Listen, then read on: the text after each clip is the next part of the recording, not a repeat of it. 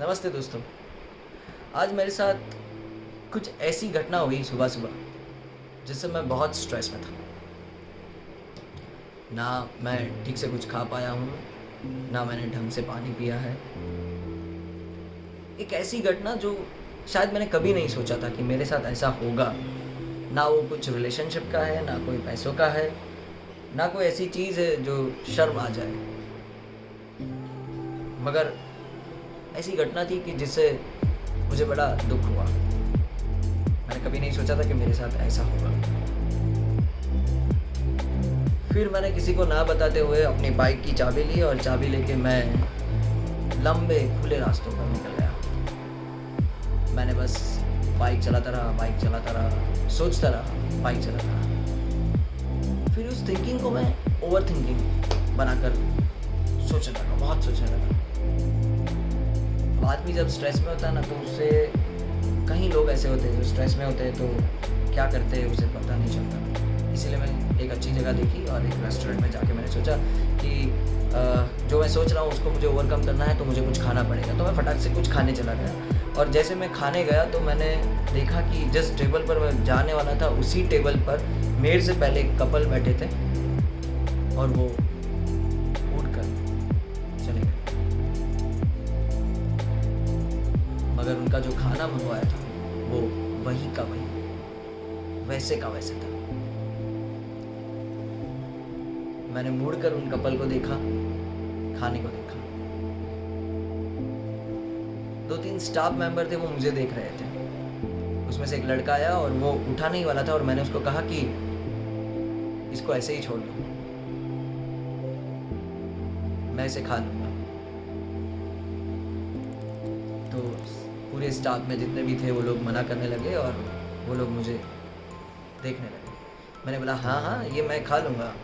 फिर एक मैम आए, उन्होंने बोला कि नहीं सर आप नहीं खा सकते, ऐसा हो तो आप इसे पार्सल कर दीजिए। मैंने बोला यस आप इसे पार्सल कर दीजिए और इसका जितना भी पैसा हुआ है वो मैं वापस दूंगा, क्योंकि शायद जिन्होंने ऑर्डर किया होगा उन्होंने इसका पैसा दिया होगा। मगर मैंने बोला ये पार्सल कर दीजिए और इसका जितना पैसा होता है मुझे बताइए, मैं वापस पे करूँगा। फिर मैंने अपना खाना मंगवाया और मैंने खा लिया और मैं वहाँ से वो पार्सल आया, वो लेकर बस जा ही रहा था कि वहाँ बाहर बैठे एक वॉचमैन थे। उनको मैंने वो पूरी एक थम्स अप की बॉटल और वो पार्सल में था चाइनीज़ राइस वो दिया। उन्होंने बहुत सहजता से मुझे कहा कि सर मैं यहाँ जॉब करता हूँ, हम यहाँ का नहीं खा सकते, यहाँ का रूल है। मैंने बोला कि मैंने इसे खरीद लिया है, ये पार्सल अब मेरा है और मैं आपको देना चाहता हूँ, प्लीज़ आप ले लीजिए।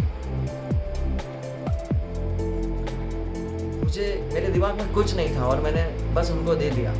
खाना वेस्ट हो रहा था, मैं क्यों उनको दे रहा हूँ, क्यों इसके पीछे क्या है, मेरा स्ट्रेस है क्या है, कुछ नहीं पता मुझे। बस मैंने एक एक्शन में मैंने उनको दे दिया कि ये थम्स अप का बॉटल और ये प्लीज़ पार्सल आप रखिए, आप खा लीजिएगा। उनकी उम्र होगी करीब करीब कुछ 65 के आसपास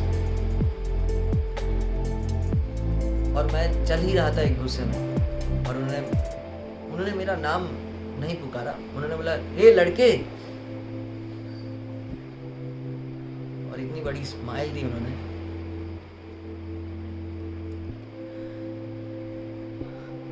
बस मैं वो देखकर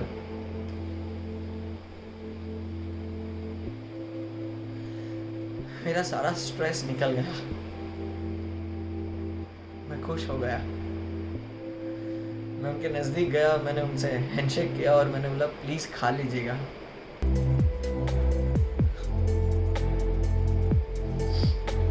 कभी कभी आप बहुत कुछ कर लेते हो, बहुत कुछ सोच लेते हो, मगर एक जो मुस्कान होती है ना किसी भी अनजान आदमी की या किसी भी ऐसे लोगों की जिनको मदद की ज़रूरत है मगर वो बोलते नहीं है, वो अपनी मजबूरी उनकी रिस्पॉन्सिबिलिटी अदा करते हैं,